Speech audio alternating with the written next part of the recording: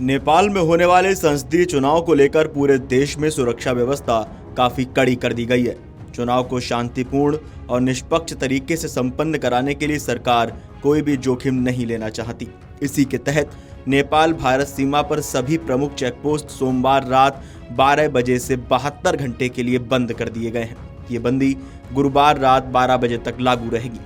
गुरुवार को मतदान होना है, इसलिए चुनाव से ठीक पहले सीमा को सील कर दिया गया है। नेपाल और भारत के बीच चुनाव के दौरान सीमा बंद करने की पुरानी परंपरा रही है। दोनों देशों की खुली सीमा के कारण आम दिनों में लोगों का आना जाना बहुत आसान होता है।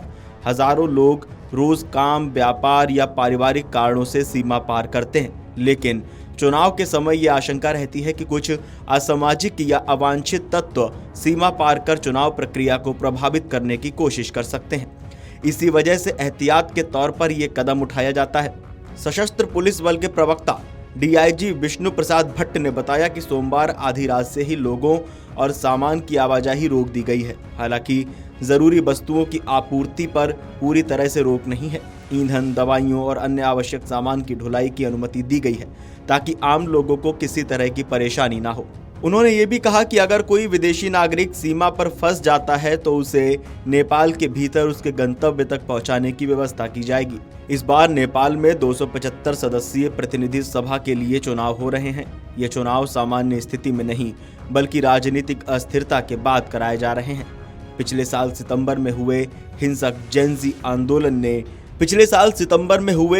आंदोलन के बाद तत्कालीन प्रधानमंत्री केपी शर्मा ओली की सरकार गिर गई थी। आंदोलन के दौरान कई जगह हिंसा हुई थी और सरकारी संपत्ति को नुकसान पहुंचा था। इसके बाद देश में राजनीतिक संकट गहराया और एक अंतरिम सरकार का गठन किया गया। अंतरिम सरकार की जिम्मेदारी प्रधानमंत्री सुशीला कार्की को सौंप दी गई। इस सरकार को 6 महीने के भीतर नए चुनाव कराने का काम दिया गया था ताकि देश में एक स्थायी और जनादेश वाली सरकार बन सके। अब उसी प्रक्रिया के तहत ये संसदीय चुनाव हो रहे हैं। सीमा से सटे जिलों में स्थानीय प्रशासन ने अतिरिक्त सख्ती बरती है। विदेशी नंबर प्लेट वाले वाहनों के प्रवेश पर रोक लगा दी गई है।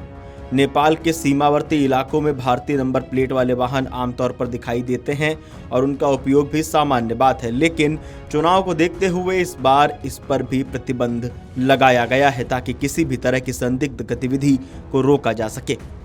डीआईजी भट्ट ने बताया कि भारत की सशस्त्र सीमा बल यानी एसएसबी के साथ लगातार तालमेल बनाकर काम किया जा रहा है।